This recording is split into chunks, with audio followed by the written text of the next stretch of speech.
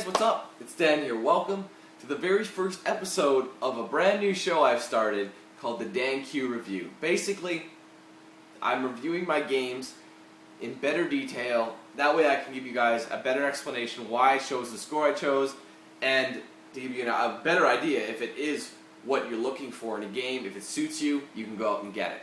So this game today that I just finished is Deus Ex Human Revolution. I played it on the PS3. Honestly, they're both the same, whether you get it on PS3, Xbox 360, or PC. You're going to get the same experience. There's nothing different about it. But I wanted to get the Augmented Edition, and there was a big kerfuffle, and they ran out of Xbox 360 and PC Augmented Edition. So I got the PS3 one. But regardless, I'm going to talk about Deus Ex. Now, first of all, I'm just going to introduce it a little bit. Deus Ex Human Revolution is basically the third in a trilogy of previous Deus Ex games. However, these two games released earlier in the early 2000s, like 2000, 2003 era, I think is when these two games were released. They were PC exclusives. But people know nowadays, game developers know nowadays that you have to branch out to meet your biggest, your largest audience. And so that's what they did with this one. And what they did in order to do that was they gave you a prequel. This is a prequel to the first two games. And so basically you're learning, the people who are new to it are able to figure out how it goes on, how the game, how it started. That way if you're like, oh, this game's really good, I'm going to go try the first two games. That way you'll know what the hell is happening. So that was what's good about it. I think that was one of the good choices that they made. Now, this game was developed by Eidos in Montreal. They've developed such games as the Hitman series, Kane and Lynch series. So just to give you guys an idea on how their game style is, you'll know. And it was published by Square Enix. They usually work hand in hand with Eidos. So I was surprised to see their name on the packaging. But anyways, I'm going to talk about different factors that make this game what it is. First off, the very basic element that I have to say is the gameplay. How easy is it to get? How easy is it to get into the game? How easy is it to control the game? How easy is it to follow it? And how fun is it to follow it? Well, the gameplay itself is actually very, very easy to get to know.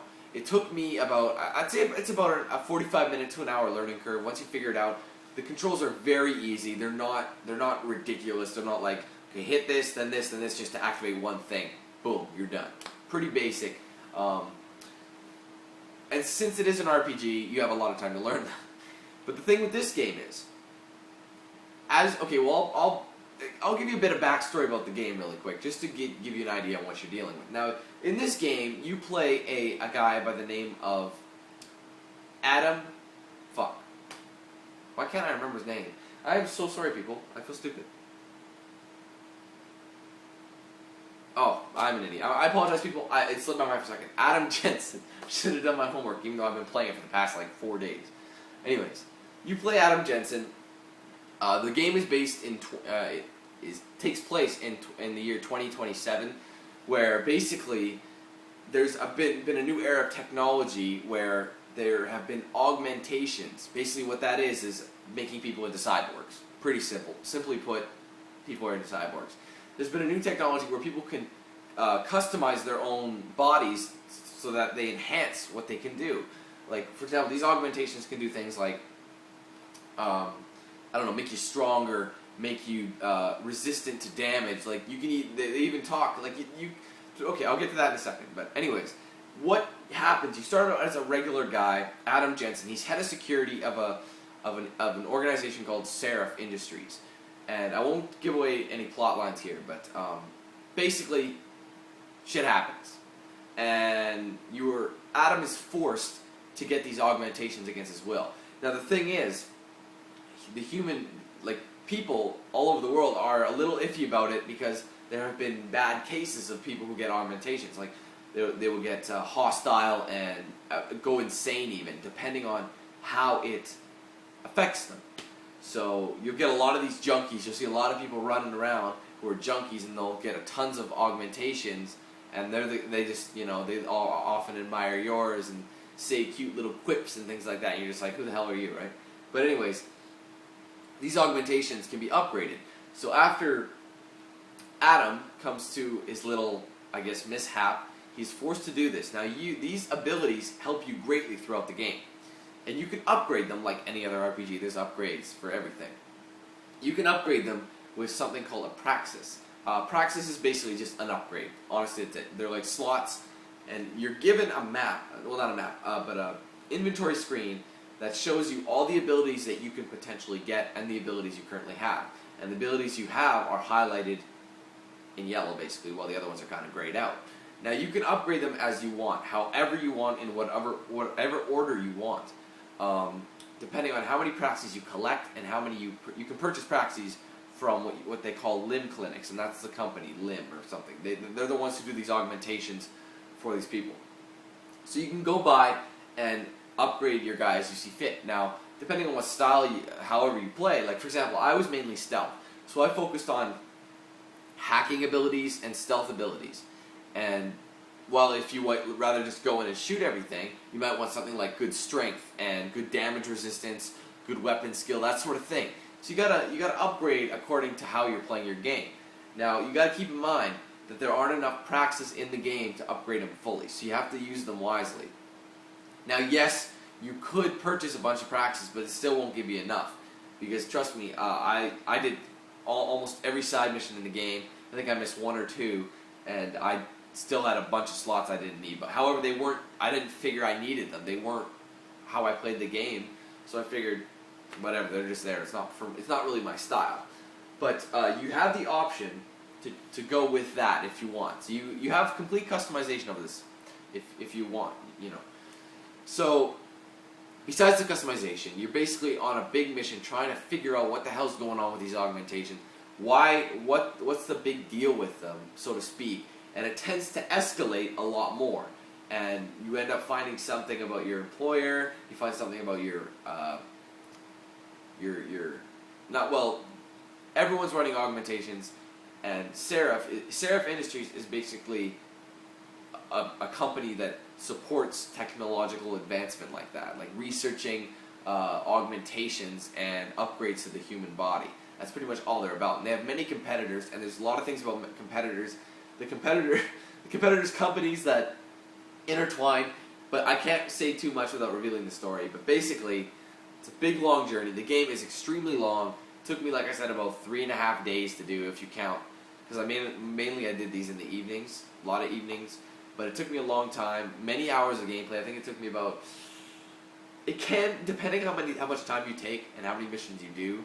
I think it took me about 17 hours. I'd have to check, but I can't put my finger on it exactly. But it was 17 hours to beat, so there's a lot of gameplay in it. Now the thing about this one, most RPGs are open world, and you can explore them at your own will. Now you can do the same in this game, but you can't really free roam, so to speak. You're basically given one location at a time, and you have the ability to do extra missions as you see fit while you're in that time span. Now the game won't progress until you continue the main story. So you're given side missions depending who you talk to, and you're given main missions. The main missions will progress the story, and as you progress, you'll move to different locations. So basically, you're told, okay, do all these side missions now while you can, because you're not going to be able to come back to it. So it's not like that. It is kind of stupid that if you missed one, you won't be able to do it. But I found all the ones I could find, and I was able to do what I could. So most people may not like that, but I actually kind of enjoyed that. It made it easier on me, because that way you're not trying to frantically go out and find every single side mission possible and do everything you can in the game. Because if you guys are like me, I'm a completionist, and I try to get everything done completely, as much as I physically can. So this game was good with that. I basically kept my completionism intact and confined. That way I could focus on one area at a time, not get lost, not get sidetracked, get all these done, move on with the story. That way, and the side missions also reveal other things with the story as well. So it's good to follow them, because they really do help out. So that's what I like, the side missions. There's a lot of diversity. There's a lot of different people you talk to. There's a lot of different styles of side mission. It's not all like the same thing, just dressed up as a different person and a different name, different objective. It's all of it's unique. So some of them are action, some of them are stealth. It's a perfect blend there, which suits all needs of all gamers that play this game. Trust me, and it kept things fresh. That's what I liked. And another thing, like all RPGs, this has the conversation element, which is it's vital in RPGs. Conversation basically determines how you're going to progress the story in whatever way you choose. So depending what you say, it basically affects the storyline. Now, I always try to be the good guy, and that's what I try to do. However, sometimes it's needed to talk a little trash and pressure your guy, the guy you're talking to, into getting what you want. Usually, this is probably one of the most unique persuasion systems I've ever seen in a game. I've never seen anything like it. What happens basically? It brings up this big HUD, excuse me, and basically it shows their like heart rate and things like that. Their properties, like it'll say, oh, he's a potential liar. He's aggressive. He might cast blame onto others. So basically it gives you an idea. When he does that thing, you're either getting close to figuring him out, or you know what to say to get him to tell the truth. And it also tells you what kind of person. There's 3 different personality types: alpha, beta, and omega. And as you're talking to them, there will be 3 bars in each slot. Depending what kind of personality they are and how strong of a personality they are, you'll be able to persuade them accordingly. So say, for example, one guy is a 3 omega, meaning he's got 3 bars full of omega. That it gives you, once they're done talking and you're ready to persuade them, it tells you basically which one to choose. For an omega personality, you're going to want to do this. For a beta personality, you're going to want to do this. But it won't always give you an easy one, like 3 bars full. Sometimes it'll give you 1 bar of each one, and you pretty much have to choose which one would be the best. So sometimes you gotta, process an elimination depending how strongly they feel on a subject. Like how many times it reoccurs. Like say, for example, he says one thing that's alpha, 1 bar of alpha, and then immediately the next thing he says, it shows he has a personality type of beta. But then he comes back, and says another thing like an alpha. There you go. You say, okay, this guy's more of an alpha personality, and lets you choose it out. So you gotta work it out a little bit. But the game helps you out quite a bit with this. And I don't think I failed a single persuasion in this game, because the game aids you quite a bit. It kind of holds your hand at times with that, but it allows you to get what you're looking for, and everyone wants that. So not only that, but you usually get trophies when you persuade the people accordingly. So if you persuade them, you'll get a trophy or achievement, depending what console you're playing it on. And but yeah, like I said, the gameplay, exceptional. I had a lot of fun. It was really easy to get into. The storyline is really interesting. It's really great. Very long and detailed. The side missions are also really great. I do recommend you, if you're going to play through this game, do the side missions too, because they're really entertaining. Some of them are really entertaining. Now, like I said, there's many different atmospheres. There's you're based in Detroit, Michigan. Basically, everything's screwed up. The Motor City is no longer Motor City, pretty much. Mainly because the automobile has pretty much died. I mean, there's still automobiles, but the American auto industry is pretty much crushed.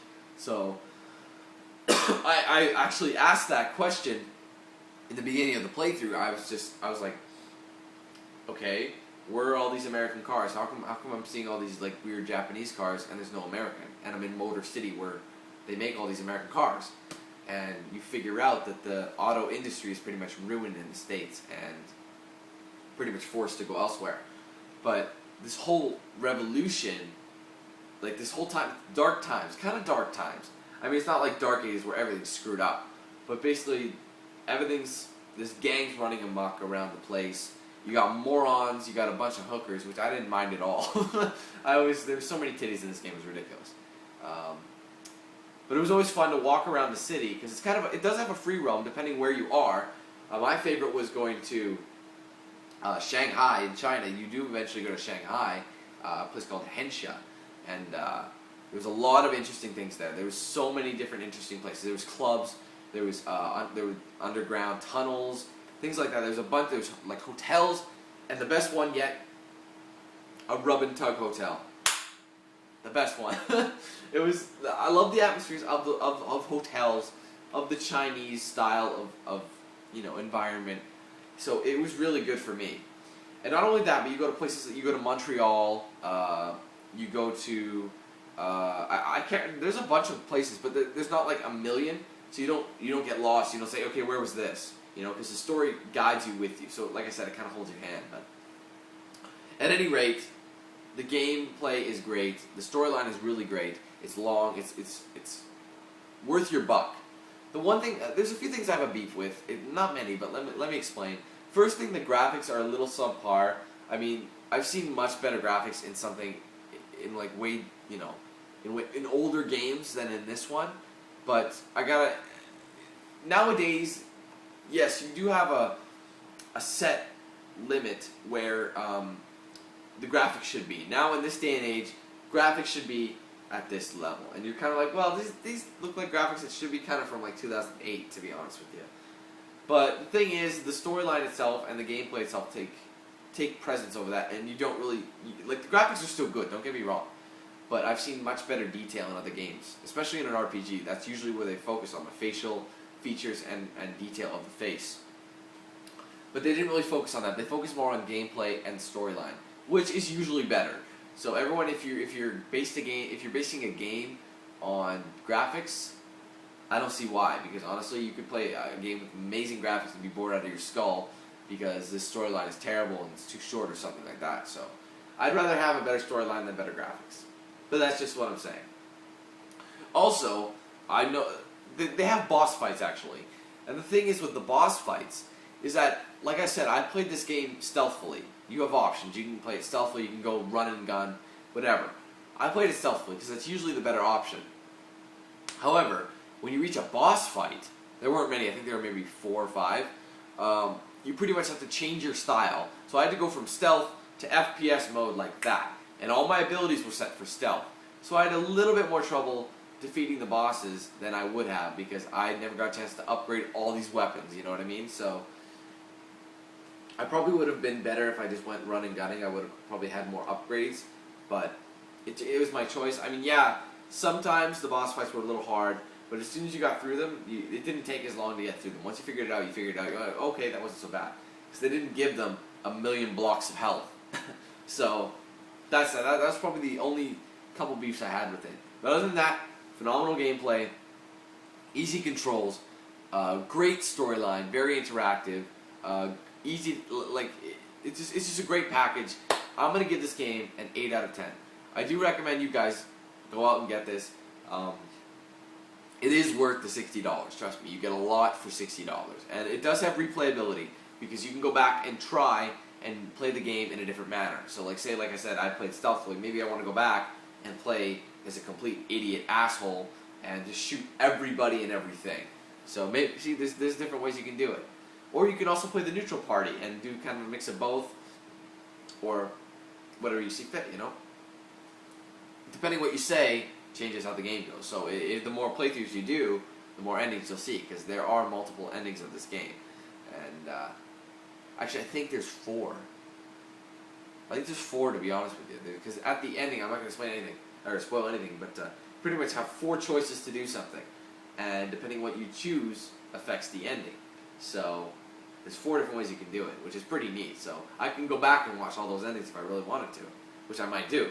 So there is replayability, definitely. So if you guys are worried about that, there's replayability. However, if you're not a fan of RPGs and how you use the conversation to affect the game, I wouldn't recommend doing this game. If you play Call of Duty all the time and that's pretty much what you're looking for, you shouldn't get this game. However, if you like games where there's like a good storyline, a mix of RPG and of FPS, third-person shooter elements, definitely get this game. Really worth it. 8 out of 10. I really enjoyed it, especially coming from me, because I have never known the series before until I played this game. So I do recommend you guys check it out. That's my review for Deus Ex: Human Revolution. I apologize if I've seemed a little weird, because I'm really tired. I've been playing this game for so long, just trying to get it done, because it's been many days. But Deus Ex: Human Revolution, 8 out of 10. Great game. I recommend you get it. A few minor flaws in it, but the gameplay and the storyline itself kick the shit out of the other flaws. So I recommend you do get this if you're stumped and you want a game to buy. It's August, not a whole lot coming out just yet. Get this game. Trust me, you won't be sorry. So that's my review for Deus Ex: Human Revolution, including the first episode of the DanQ review. I hope you enjoyed it. Let me know your thoughts on if you played the game, if you watched the playthrough, what you thought of the playthrough. Let me know. I want to hear it because that's what this is all about. So thanks a lot for watching, guys. I hope you enjoyed it. I hope it helps you with a decision, and I'll see you later.